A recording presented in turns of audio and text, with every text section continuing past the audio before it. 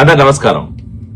రాష్ట్రంలో జరుగుతున్న సంఘటనలు, వైఎస్ఆర్సీపీ కుటిల రాజకీయాలు, జగన్మోహన్ రెడ్డి చేస్తున్న ఈ పనికిమాలిన పనులు చూస్తా ఉంటే వైఎస్ఆర్సీపీ ఏ పరిస్థితిలో ఉందో, ఎంత దిగజారిపోయిందో, ఎలాంటి దరిద్రమైన రాజకీయాలు చేస్తుందో మనకు అర్థమైపోయింది.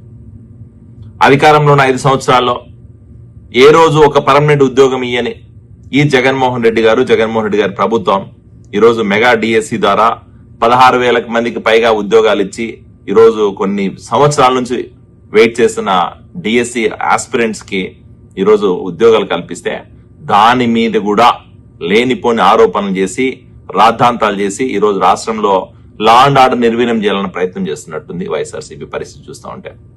ఎందుకు ఈ మాట అంటున్నా అంటే, జగన్మోహన్ రెడ్డి గారు నేను ఓపెన్ గా ఒకటి అడుగుతున్నా, మీరు అధికారం ఉన్నప్పుడు మెగా డిఎస్సి కండక్ట్ చేయాలన్న ఆలోచన మీకు వచ్చిందా?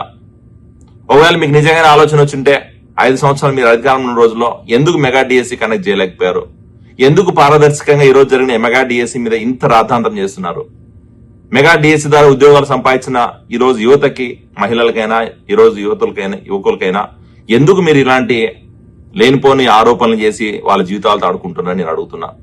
మీ దగ్గర నిజంగానే సాక్ష్యాధారాలు ఉంటే, నిజంగానే ఈ రోజు అక్కడ మెగా డిఎస్సిలో స్కామ్ జరిగింది, లేకపోతే ఇంకోటి జరిగిందని చెప్పి మీ దగ్గర ఆధారాలు ఉంటే బహిర్గతం చేయండి. నారా లోకేష్ గారు ఓపెన్ ఛాలెంజ్ చేశారు, చర్చకు సిద్ధమన్నారు. దమ్ముంటే చర్చకు రండి.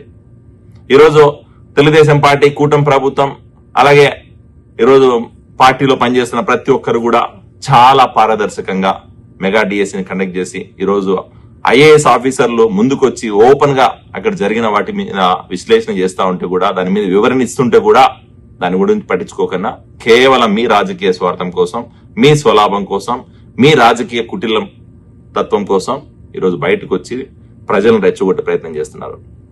జంజీ అంటున్నారు. మీ దగ్గర నిరాహార దీక్షలు చేస్తున్న జంజీ బ్యాచ్ కాదు. ఈరోజు జంజీ బ్యాచ్ మాయలో గంజాయి అలవాటు పడిన మీ వైసీపీ పేటీఎం బ్యాచ్ ఉంటుంది అక్కడ. ఆ జంజీ బ్యాచ్ లో ఈరోజు వైఎస్ఆర్సీపీ ముసలవ్వలు, ముసలి తాతలందరూ కూర్చొని లేనిపోని రాద్ధాంతాలు చేశారు.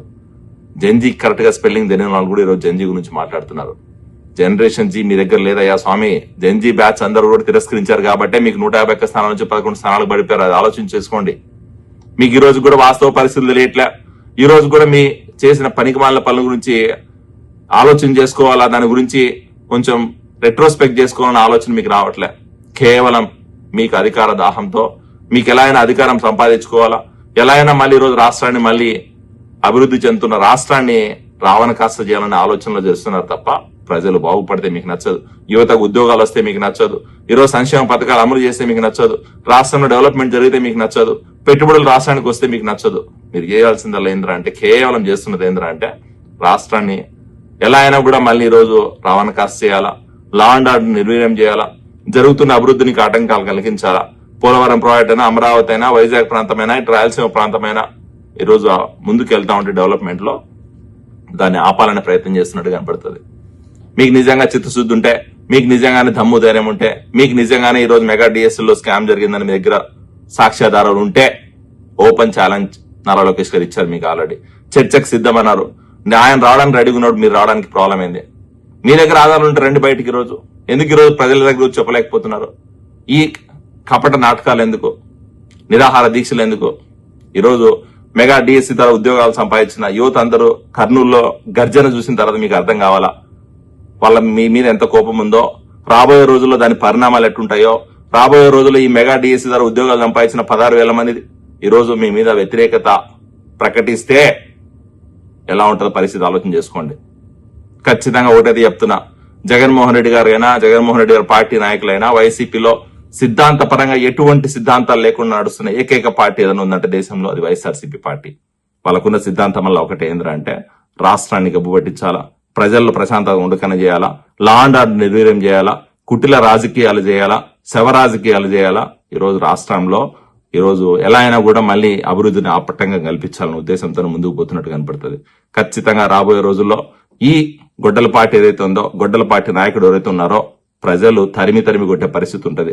ఈరోజు మెగా డిఎస్సి, జంజీ బ్యాచ్ మాయలో చేస్తున్న ఈ నిరాహార దీక్షలు ఏదైతే ఉన్నాయో కేవలం వైఎస్ఆర్సీపీ డ్రగ్స్ కి అలవాటు పడిన యువత మాత్రమే ఈరోజు అక్కడ నిరాహార దీక్షలో కూర్చుంటుంది.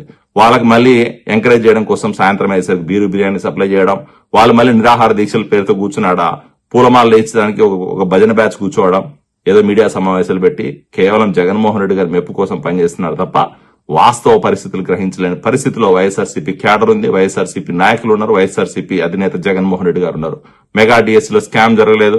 మెగా డిఎస్సీ ఈ రోజు పక్కా ప్రణాళికగా చాలా ట్రాన్స్పరెంట్ గా ఎటువంటి ఈరోజు అవినీతి జరగకుండా ఎక్కడ కూడా డీవియేషన్ లేకుండా ఈరోజు కండక్ట్ చేసి యువతకు ఉద్యోగాలు కల్పించిన ప్రభుత్వం నాయకుడు నారా లోకేష్ గారు, చంద్రబాబు నాయుడు గారు.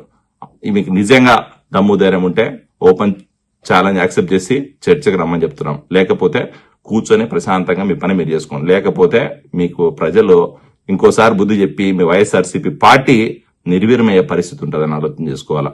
Thank you.